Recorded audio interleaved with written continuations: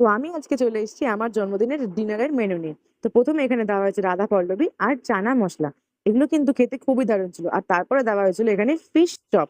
আর fish চপের পর মা এখানে সার্ভ করছে পিস পোলাও। আর বাবা এখানে সার্ভ করছে গরম গরম চিকেন কষা। এগুলো কিন্তু খুবই ভালো ছিল। আর দুর্ভাগ্যবশত রাজদীপ আর প্রিয়াঙ্কা এগুলো খেতে পারবে না, কারণ ওদের আজকে নিরামিষ। তো ওরা কি খেলো সেটা লাস্টে দেখাচ্ছি। তো তারপর ওদেরকে আমি বললাম, একটু আমার দিকেও তাকাও, তোমরা শুধু খেয়েই যাচ্ছ, আমাদেরকে একটু তাকাও, একটু পোজ দাও। সবাই মিলে আমার দিকে তাকে ভালো করে একটু পোজ দিয়ে নিল, আমরা সেটাকে রেকর্ড করে ফেললাম। তো বাবা এখানে চলে আসলো চাটনি নিয়ে, ফ্রুট চাটনি। চাটনিটাও কিন্তু খুবই ভালো খেতে ছিল। তো চাটনি দেওয়ার পর বাবা এখানে দিল সবাইকে পায়েস। আর পায়েসটা কিন্তু আমার মা বানিয়েছিল, আমার মায়ের হাতের পায়েস কিন্তু ভীষণ ভীষণ ভীষণই টেস্টি খেতে। তারপর বাবা ওকে দিয়ে দিল একটু গোলাপ জামুন, গোলাপ জামুনটা খুবই ভালো খেতে ছিল বলে বাবা ওকে আরেকটা দিচ্ছে, আর ও তো খাবে না, না না না, দিও না দিও না। তো লাস্টে ওটা খেতে পারলো না, ও সেটা আমাকেই খাইয়ে দিল ভালোবেসে। আর রাজদীপ দার প্রিয়াঙ্কাদের জন্য এখানে মা গোলাপ জামুন আর পায়েস দিয়েছিল। তো টাটা, আজকে